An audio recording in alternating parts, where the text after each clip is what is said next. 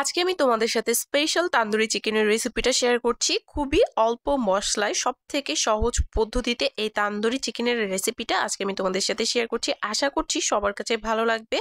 কথা না বাড়িয়ে মেন ভিডিওতে চলে যাচ্ছি। প্রথমে আমি এখানে 2টা লেগ পিস নিয়ে নিয়েছি, আর লেগ পিসগুলোকে কিন্তু খুব ভালোভাবে ধুয়ে আমি ওপরে হালকা একটু ডিপ করে কাট করে নিয়েছি।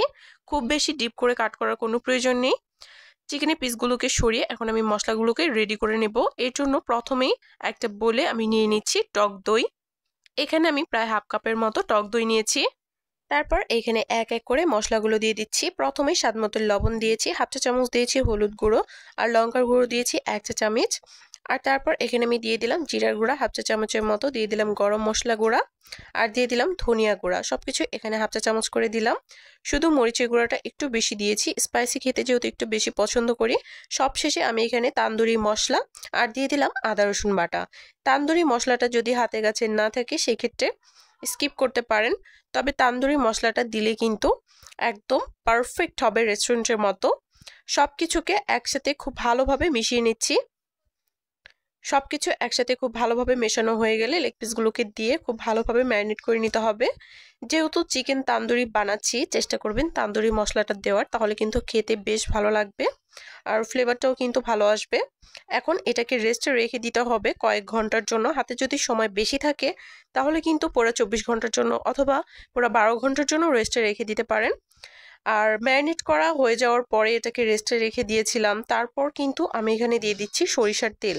মানে তান্দুরিটা যখন আমি ভাজবো সেই পর্যায়ে আমি এখানে তেল দিয়ে দিয়েছি। তেল দিয়ে খুব ভালোভাবে মাখিয়ে নিয়েছি। আর তারপর আমি এখানে সামান্য একটু রেড ফুড কালার দিয়ে দিলাম। এতে করে কিন্তু দেখতে হুবহু রেস্টুরেন্টের মতো লাগবে। কালারটা অনেক বেশি সুন্দর আসে। আর ফুড কালারটা কিন্তু পুরোপুরি অপশনাল, আপনাদের হাতে কাছে যদি না থাকে সেই ক্ষেত্রে স্কিপ করতে পারেন। এখন একটা প্যান গরম করে এর মধ্যে আমি দিয়ে দিলাম সরিষার তেল।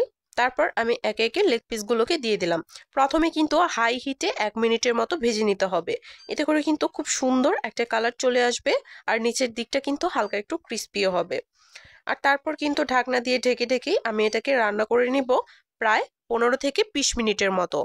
আর তখন কিন্তু চুলার আঁচটা একদম লোতে রাখতে হবে। আর এখানে কিন্তু প্রথমে ভুলবশত আমি অরেঞ্জ ফুড কালারটা দিয়েছিলাম, তারপরে কিন্তু আমি আবারও এখানে রেড ফুড কালারটা ইউজ করেছি। কালারটা দেখেই বুঝতে পারছেন কতটা সুন্দর এসেছে।